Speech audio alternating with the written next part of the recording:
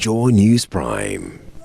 And of course, we're attentive to our news package, bringing to you the best you can get as far as the news day is concerned. Good evening. Thanks for joining us. My name is Roland Walker, and coming up, National Executive Committee and National Council of the new Patriotic Party adopt the party's manifesto due to be launched this very weekend. It will take place on Sunday at the Trade Fair Center here in Accra. National Election Security Task Force identifies over 7,000 polling stations as flashpoints in the 2016 elections, an increase from the initial 5,000 in 2012. Meanwhile, Tamale Electoral Commission office closed down after ongoing voters transfer exercise was marred by violence. And coming up in the business tonight, Minerals Commission set to force out illegal miners on AngloGold Obuasi mine concession by next Monday if they fail to seize the opportunity for their operations to be regularized.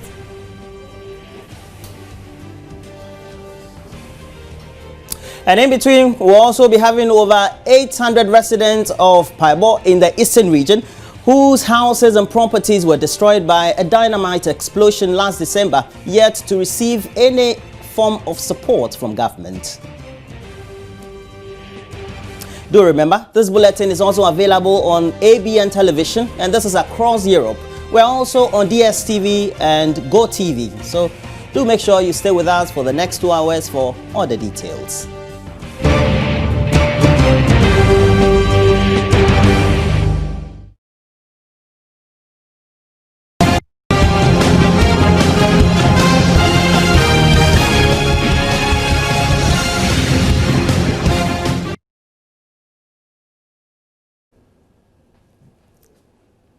As always, this is your election headquarters. In order for you to make sure you communicate right with us, make sure you use the hashtag ElectionHQ on all our social media platforms. Now, let's start the news.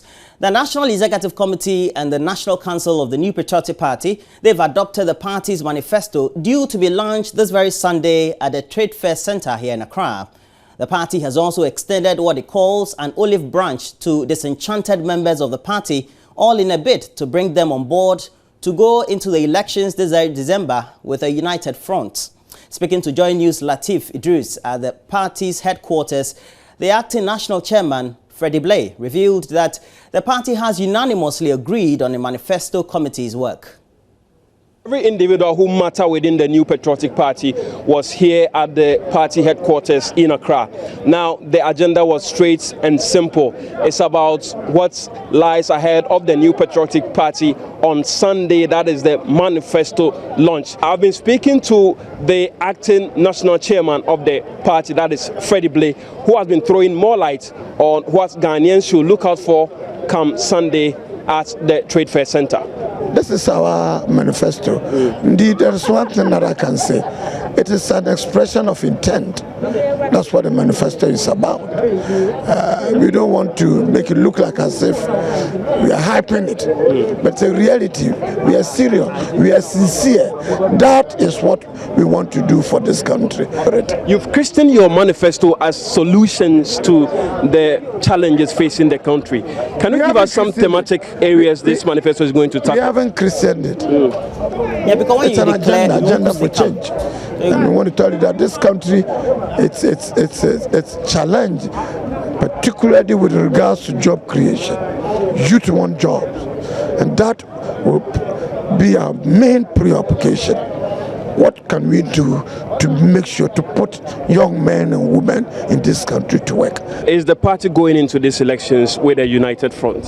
What do you mean a united front? Are we divided? Somebody told you that the party is divided? It's a fact that we have a substantive, national chairman of the party. You are talking to the acting national chairman. That is what our constitutional arrangements are. There is nothing wrong. We are going by the constitution. Are there any considerations on the table that maybe we will bring on board these two individuals, or three individuals actually, to go into these elections with? We are not discussing this matter now. Yeah. Ghanaians expect us to work towards winning power. bringing about prosperity in their life, bringing about good governance. And what I mean by good governance means that an accountable government that is not soaked in corruption. I've also been speaking to the Deputy General Secretary of the New Patriotic Party, Nana Obri Boahen, on the status of the suspended National Chairman Paul Afoko and the General Secretary of the party, Kwabena Ejapon, on whether or not the party is willing to bring these individuals on board to go into the December 7 elections with a united front. But the Deputy General Secretary wouldn't say. We are going to extend an olive branch to our colleagues who have decided to go as independent candidates. Olive branch, what does that mean? It means that we are going to welcome all of them. You sit down, iron out our differences, move our city. United we stand, divided we fall. Former President Kufuor has agreed in principle to talk to them. So who am I to preempt the outcome of that meeting? But are you launching this manifesto as a united front? We are. With Paul Afoko, Kwabena Ejapon, Sammy Crab not in the party? We are launching this manifesto, inviting every individual. Whether extended official invitation to these individuals? Please, with due respect, no further comment on that. The bottom line is every individual, even you are invited. Amen. Meanwhile, up north, the Boku Central MPP executives want the Electoral Commission to investigate the APC's Hassan Ayariga because it is possible he's not a Ghanaian. At a press conference in Bolga this Thursday, the party alleged that Hassan Ayariga traveled to Germany on a Burkinabe passport and is thus likely to be a dual citizen. This follows several aspersions cast on the MPP flag bearer by the same Hassan Ayariga, who recently questioned why Nana Dudankwa Akufo-Addo of the MPP still lived in his father's house. The MPP alleged that Hassan Ayariga is a questionable character who is in bed with the governing NDC and should not be taken serious. Deputy General Secretary of the MPP for Boku Central, Umar Sanusi Sharif, addressed the media. Is it not ironic for Hassan Ayariga, whose father went into exile after the overthrow of Dr. Helen Iman's administration by the PNDC, to now feel comfortable with the NDC, which is an offshoot of the PNDC? Anytime Hassan Ayariga attacks our flag bearer, then his actions inure to the benefit of the NDC. We are questioning Hassan Ayariga's moral character, and we challenge him to come out and debate us on what we are telling the whole country today.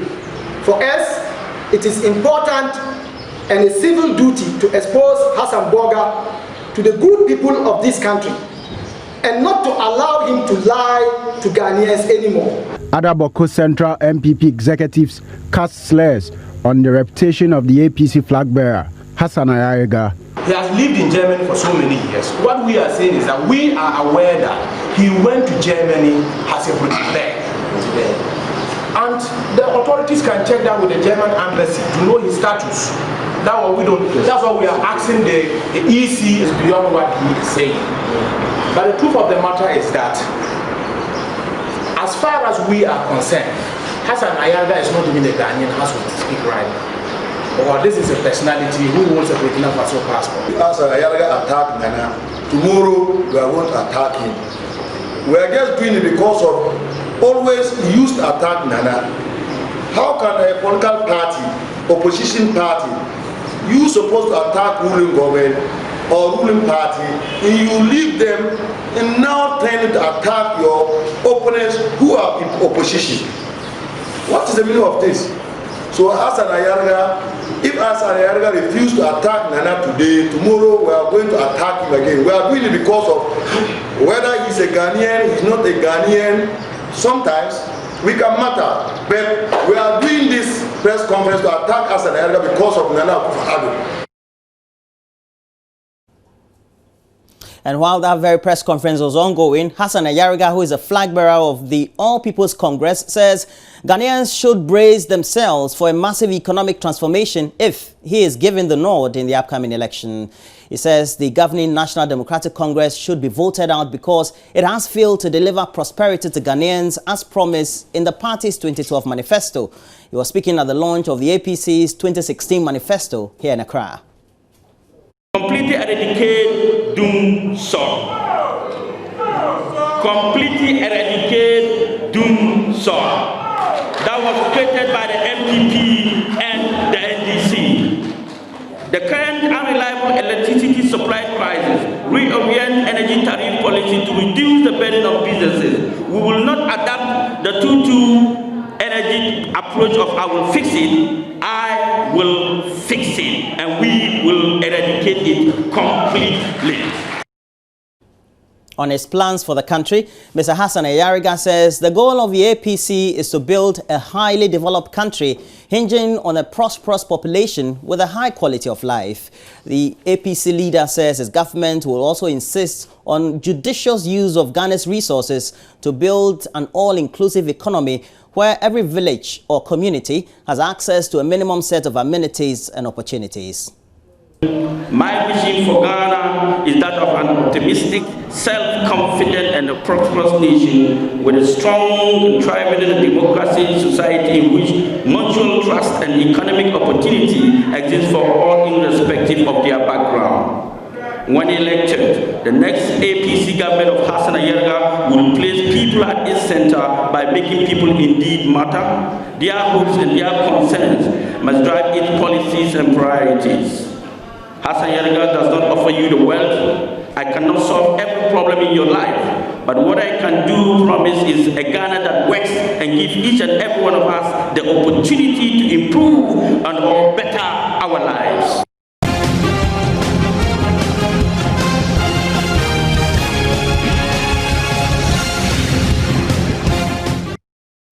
You're still watching Joy Prime, but this is also your election headquarters. And to communicate with us, make sure you use the hashtag ElectionHQ. We're taking a break.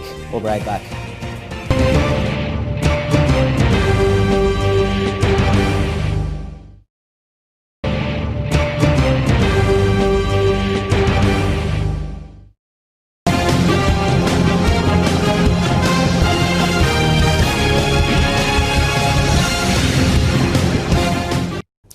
And this is your election headquarters. We again would have to remind you that it is only 61 days to the main election. And I hope that you're picking a lot more of the messages from the political parties. But we also are doing our best to bring you a lot more. Now let's continue. Ghana's electoral body, the EC, has shut down its Tamale Metropolitan Office this Thursday after the ongoing voters transfer exercise was marred by violence. Communications Director of the Electoral Commission, Eric Jakpasu, said the measure was to quell the violence purportedly sparked by supporters of both the governing National Democratic Congress and the new Patriotic Party. Mr. Jakpasu spoke earlier to my colleague, Araba Kumson. The exercise is ongoing, and tomorrow is the closing day, and the Commission has no intention of suspending it. It's only in areas where there are reported cases of violence, which will pose a threat to the participants and then the infrastructure and then the materials. Then that one, as a matter of course, we have to suspend the exercise until security and order is restored. So in such circumstances, would you extend the exercise? You see, the interesting thing is that these activities, when we're talking about transfers, applications for probably nominations, they are cast in law. The timelines for all these exercises are cast in law, and you don't have the flexibility to adjust it. So once the time elapses, that means the program is over. So you're saying that for people who, through no fault of theirs, had to, go through this sort of incidents, this violence, they may be disenfranchised? Not necessarily disenfranchised, and we need to call these exercises to a halt as a way of even protecting the very participants who may end up being disenfranchised. You see, all these things can just get going, and we can only get it right if people play it fair and if the laws are made to work. Okay? Because this is a situation where people who have no business in the exercise people who know better, who shouldn't even bus people to the places and then go and stampede the electoral offices, are doing the very things they are not supposed to do. Meanwhile, the police public relations officer for the Northern Region, ASP Ebenezer Tete, says no injury was recorded when the shots were fired and they were yet to make any arrest. Because of the instruction by the IGP for us to provide security at all the district offices, we sent 3 police officers to the Metropolitan Office of the Electoral Commission this morning to provide security there. During the course of the transfer, we take intelligence and we have to send additional police officers to the place where we pick up the numbers. The initial information we got was that because tomorrow is the last day, it appears some political parties were passing people to the place to have them transfer their vote. And there was confusion as to who should be served first. And during the course of the confusion, somebody fired gunshot behind the office of the Metropolitan Office, scared people away. Police quickly moving, but when we went to the place where we heard the gunshot from, the persons who fired had run away. So as we speak now, we have not been able to establish the one who fired the shot. Neither have we had any reports with us as injuries as a result of the gunshot that we had.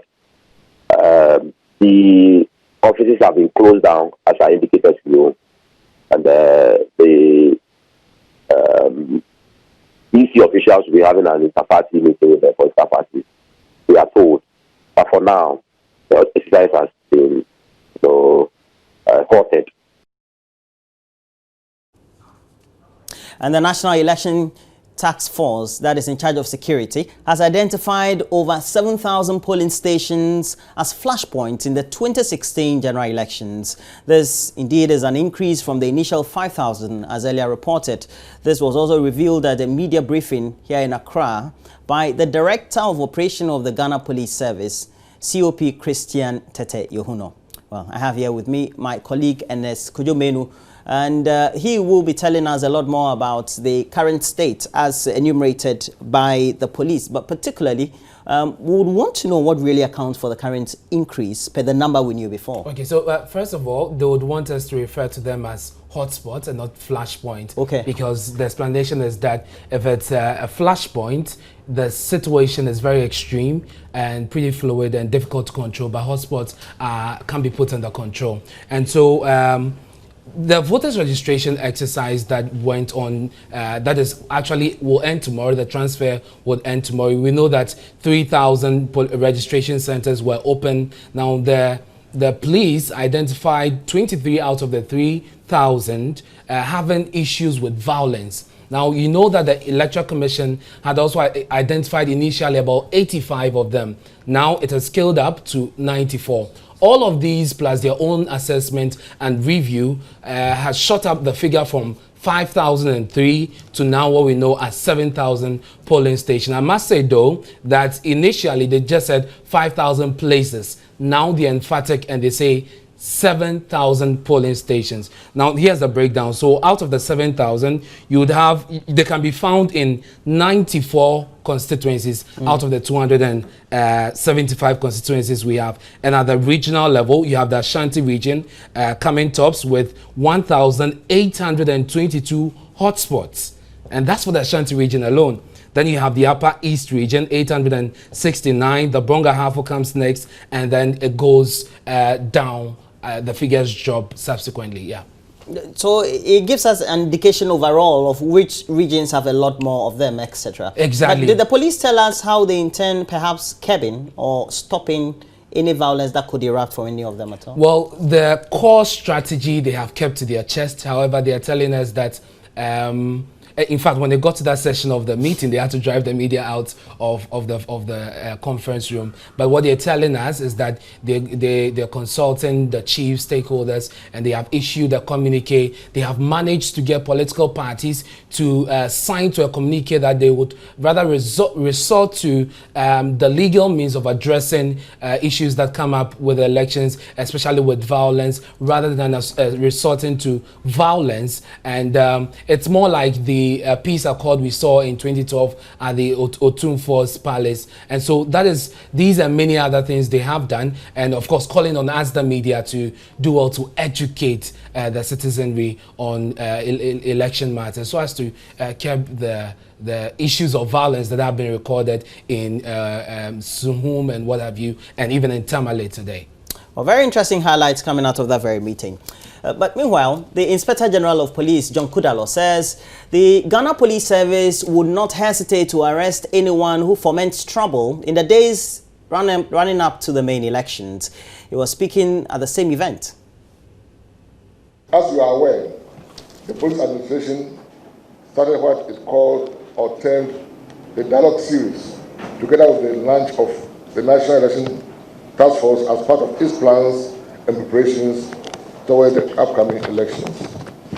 The dialogue series was informed by our realization of the fact that militant approach to resolving electoral issues was not the best. Hence, the need to adopt a dialogue approach alongside strict enforcement of the rules and regulations governing our elections. We have so far met the leaders, representatives of all the political parties, and held discussions on how the parties and the police can work towards peaceful elections this year. We have also met with officials of the Electoral Commission and discussed various issues relating to this very election. A successful National Police Command Conference was held on 24th June 2016 under the theme Safeguarding Our Democracy, Safe and Secure Environment before, during and after elections 2016. The purpose of this meeting is to discuss the preparations made so far by the National Election Task Force towards the upcoming December elections. It is my conviction that the police and the task force are leaving no stone unturned in our bid to secure the election. And in order to beef up, the Interior Minister Prosper Bani says government will also provide all resources needed to ensure a peaceful election. I would like to also say that government is continuously providing resources to ensure that there are no gaps as far as the preparations of the security services are concerned, in the effort to ensure that all citizens are safe, have the environment that provides for free dispensation during this period, and also that after elections they can go home in peace and looking forward to going back to their daily routines on the 8th of December without any fears. Once again, I would like to invite the media to be our partners as we continue to engage in the education of our people as to the security arrangements that is being led by the Ghana Police Service. We again turn our attention to main party political news, and his selection as running mate for the Convention People's Party presidential candidate, Ivor Kwabena Greenstreet, seemed to have generated a lot more controversy, with some members of the party's Youth League questioning his membership. Despite this, the CPP organized an official ceremony on Thursday to adore him.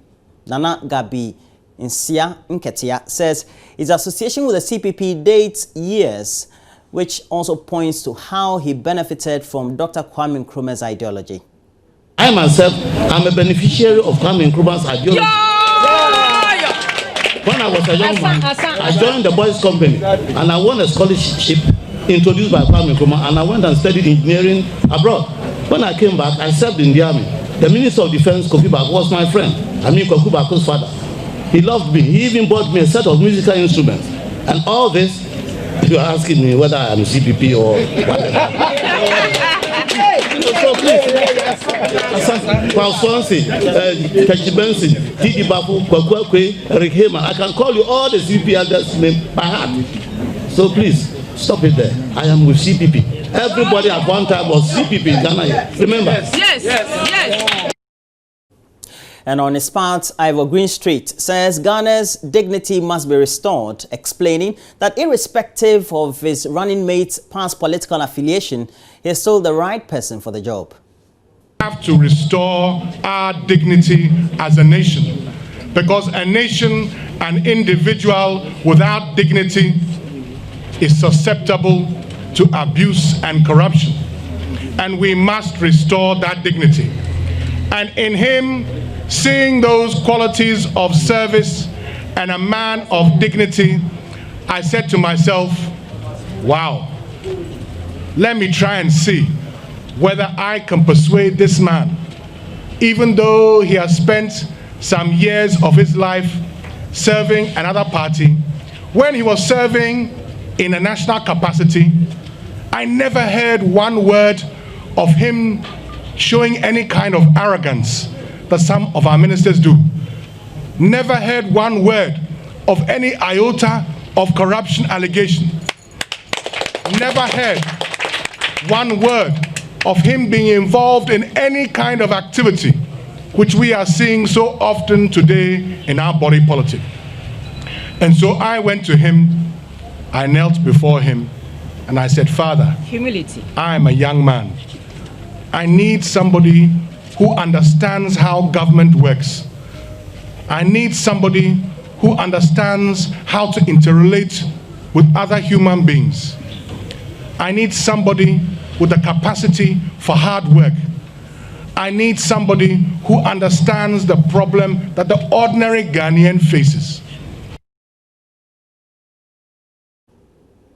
Well, it may be him, but already a section of the party youth wing, they are expressing some unhappiness and calling for the immediate removal of the vice presidential nominee, Nana Gabi Nsianketia. The Youth League says the nominee's recent confession that he was a card-bearing member of the new Patriotic Party undermines the party's credibility and also puts his loyalty into question as far as the CPP is concerned. If you look at Article 97 of the party's constitution, the requirement for a vice presidential candidate are all outlined. In fact, if you go on to Article 80 of the party's constitution, all of these are outlined, and that indeed the running mate should have been a card-bearing member of the party and should have held that card for 4 solid years. Unfortunately, this man doesn't meet that criteria, and I'm surprised how the oldest political party in our country would arrive at such a conclusion of approving an individual who they know very little about. What's the process for appointing a running mate in your party?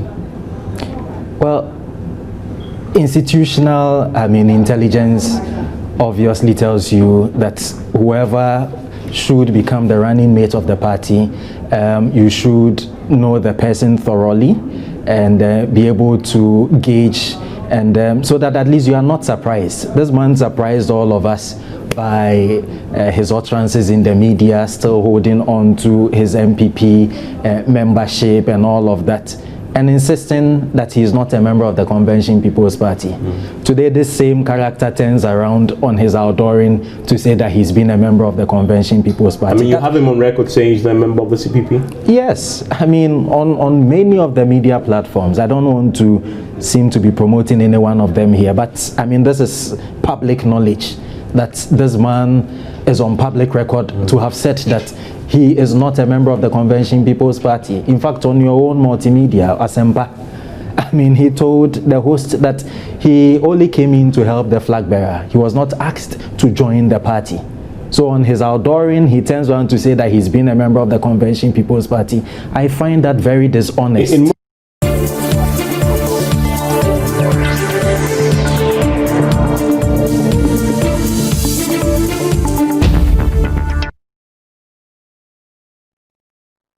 as always, we have to do business. This is the right time, and Emmanuel is here. Mr. Rafi, how are you? I'm fine. How are you too? What do you have? Well, in business, the top story today, Minerals Commission has decided to sack all encroachers on AngloGold Ashanti's concession. All right, thank you very much, and thanks for joining me on business.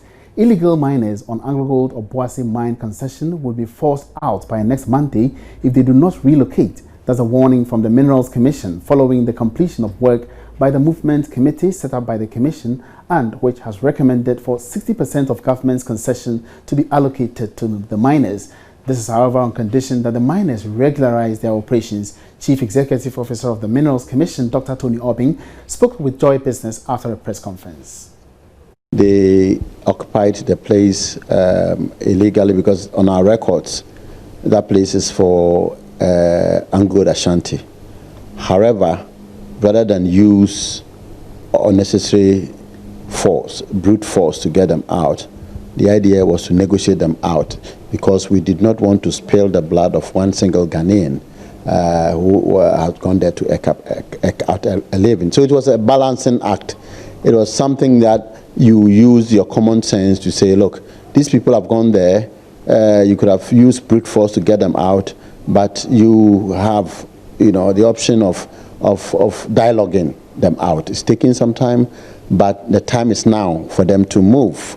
Now we've got into a time where we could no longer contain their presence there. So by Monday, the 10th of October, we expect them to move. And this has been the result of long negotiations. A committee set, the movement committee as we called it, set dialoguing with all the stakeholders, including the chiefs, the security forces, the operators themselves, the Association of Small-Scale Miners in Obuasi, the National Association, Minerals Commission, and all the conceivable stakeholders in this business. And there was a general consensus that it is time for them to move. And they are not just being moved in vacuum. Government has spent resources to identify areas. In fact, AngloGold Ashanti has also surrendered some areas to government, which government has made available.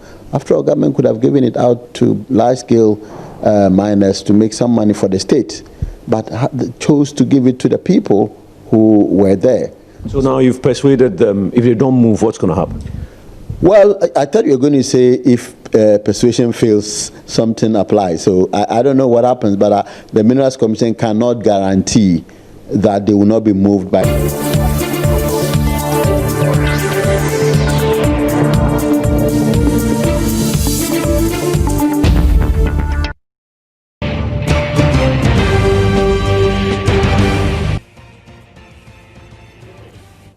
You're also watching Joy News Prime. The 2012 running mate of the People's Progressive Party, that is Eva Loko, has passed on. We're getting this very information from party sources. It is, however, not known what led to the death of the former managing director of the Ghana Broadcasting Corporation Thursday evening. She was the party's parliamentary candidate for the Klotik-Korle constituency here in Accra.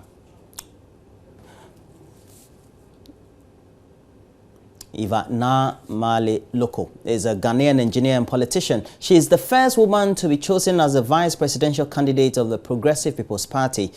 She partners the flag bearer of the PPP, Pa Kwesi Indum, and she attended Wesley Girls High School in Cape Coast. She's an engineer by profession and also holds a master's degree in intelligent management systems, systems analysis and design. She was the first satellite communications engineer and the first woman engineer to be employed at the Ghana Broadcasting Corporation in 1972. She was part of the engineering team that installed and maintained Ghana's first color television infrastructure way back in 1985. She has worked in over 40 countries across the world in various capacities. She served as regional program coordinator of the United Nations Development Program Initiative for Internet Development in Africa. She worked with the UN for 13 years and also served as the chairperson of the body's Federation of International Civil Servant Association, as well as the UN Staff Council, and also as a member of the UNDP News Advisory Board. She is the Chief Executive Officer of Total Youth, a non-governmental organization based in Accra. In 2002, she was appointed the Director General of the GBC, becoming the first and only woman to hold that very position since the corporation was established in 1953. The running mate of the National Democratic Party, Kojo Mensah Sosu, is pledging transparent leadership as he accepts nomination to partner the party's flag bearer Nana Konadu Rawlings for the December 7 general elections. The 47-year-old entrepreneur was Thursday outdoored to supporters of the party here in Accra. Unveiling the party's choice, flag bearer of the NDP, Nana Konadu Rawlings, explained the party chose Mr. Kojo Mensah Sosu because of his wide appeal to the youth who form more than half of the Ghanaian population. He has a lot of experience in employment. He has his own business. He has a good history in the employment business. He is a co-founder in many businesses. But most importantly, I would like to say that he is a team player. He is a team leader in some football clubs. He has done a lot, not for himself alone, but for his society. Be bold! Because of my boldness, we have a 47-year-old who today will lead the youth. Nana Konadu officially filed her nomination papers as presidential candidate last Thursday, a day before the deadline. She was optimistic the 2012 misfortune in which the EC disqualified her on grounds of not filing out her nomination forms properly would not be repeated. As a native of Keta in the Volta region, Mr. Sosu shared the NDP's strategy to wrestle votes from the NDC. Through education, you talk to them, you made them know, expose information to them, tell them that they have the power to be able to make the changes that this country dearly needs. Mr. Sosu explains what he brings to the NDP ticket. Action! Be bold! In other news, an Accra High Court presided over by Justice Daniel Mensah has decided that the motion for an injunction filed by the Progressive People's Party will be heard on Friday. The lawsuit is over the Electoral Commission's filing fees being demanded from presidential and parliamentary nominees across board. The adjournment followed the absence of the Attorney General in court despite being served with the suit. Court originally fixed October 11 as the day to hear the application for the injunction. The lawyers for the Electoral Commission, however, filed a motion to ensure that the matter was heard earlier than the set date. Hearing on Thursday started on a note of controversy as lawyers on both sides clashed over whether hearing could continue without a representative of the Attorney General in court. Lawyer for the EC, Thaddeus Sori, had argued that the absence won't affect proceedings since the AG's department had been served with the necessary document. He also stated that the injunction the PPP was seeking won't have an effect on the state. Lawyer for the PPP, Dennis Ofosuapia, however, disagreed. He argued that the fee which they were challenging, once received by the commission, will be kept in the state coffers, hence the need for the AG to be represented. EC lawyer Thaddeus Sori then provided a document to show the AG's department had been served with the necessary document. Justice Mensah then directed the hearing of the motion for abridgment of time. Lawyer Sori said a delay in hearing the injunction application will affect the activity of the commission, including printing of electoral materials. The motion was not opposed by the PPP's legal team. Justice Mensah then adjourned hearing of the application to Friday, October 7.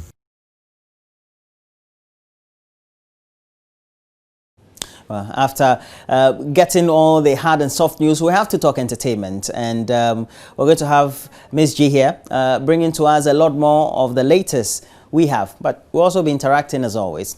So entertainment is up next.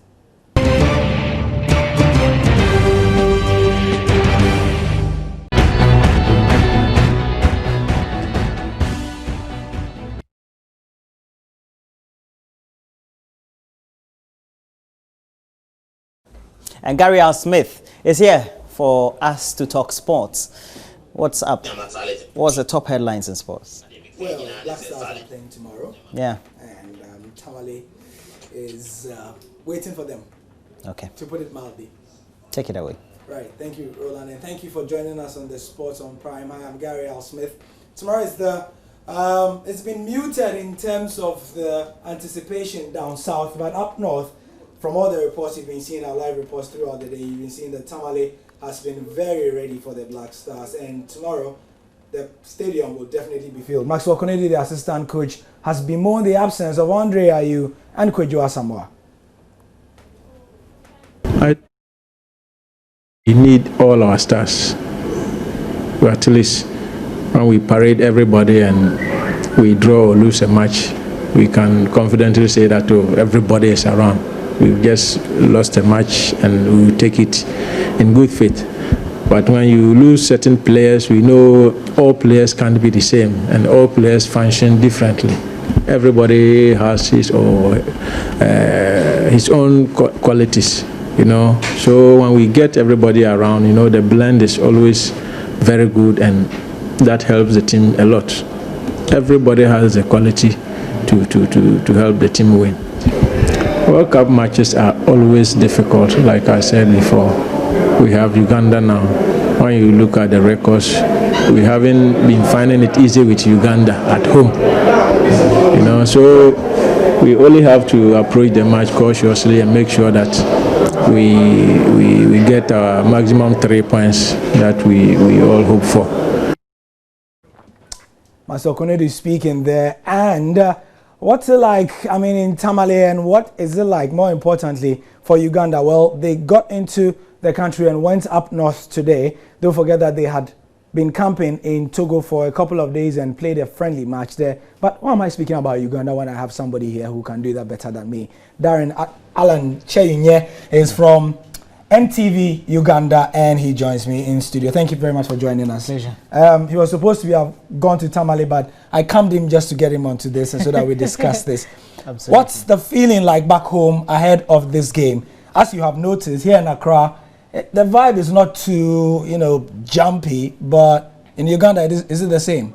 Well, probably the picture in Accra tells it all in Kampala and the rest of Uganda, because whenever the team is out of Uganda, there's not much that of a buzz for the Cranes. But if the Uganda Cranes are going to play in Nambole, all eyes, all the attention is to the Cranes for that very week until the weekend. So for Ghana now, probably they've let the pressure valve loose that the game is in Tamale and not Nambole. But obviously there will be Nambole for the final group game, of course, knowing that only one team makes it out of this group to get to Russia.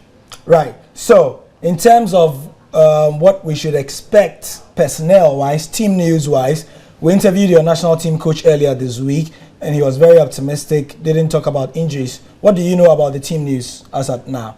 Well, obviously I would tell you that the goalkeeper, that is Dennis Onyango, should have shaken off that injury that he had, and it's the reason why he did sit out that friendly that they had against Togo, the game that ended 1-0. Onyango wasn't in goal. It was actually Salim Jamal Magola, the El Merrick goalkeeper. And Onyango, I did catch him today, was in that good mood, I should say, going into that game that is tomorrow. And I think it's been the story for the Cranes. Onyango is always injured whenever there is a friendly, but when it gets to the actual 90 minutes, well, he will even want to grab this tiniest insect that is on the field. And I think besides Onyango, all the players are available, and probably it will go down to the team selection, the final 18 who does play. I probably think the lineup is already written somewhere.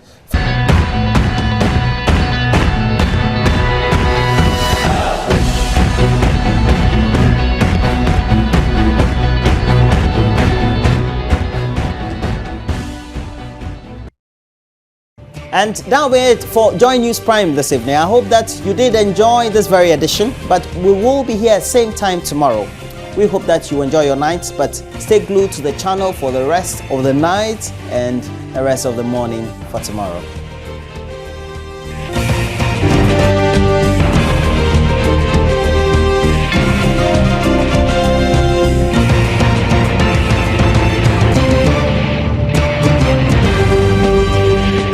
This is Joy News Prime.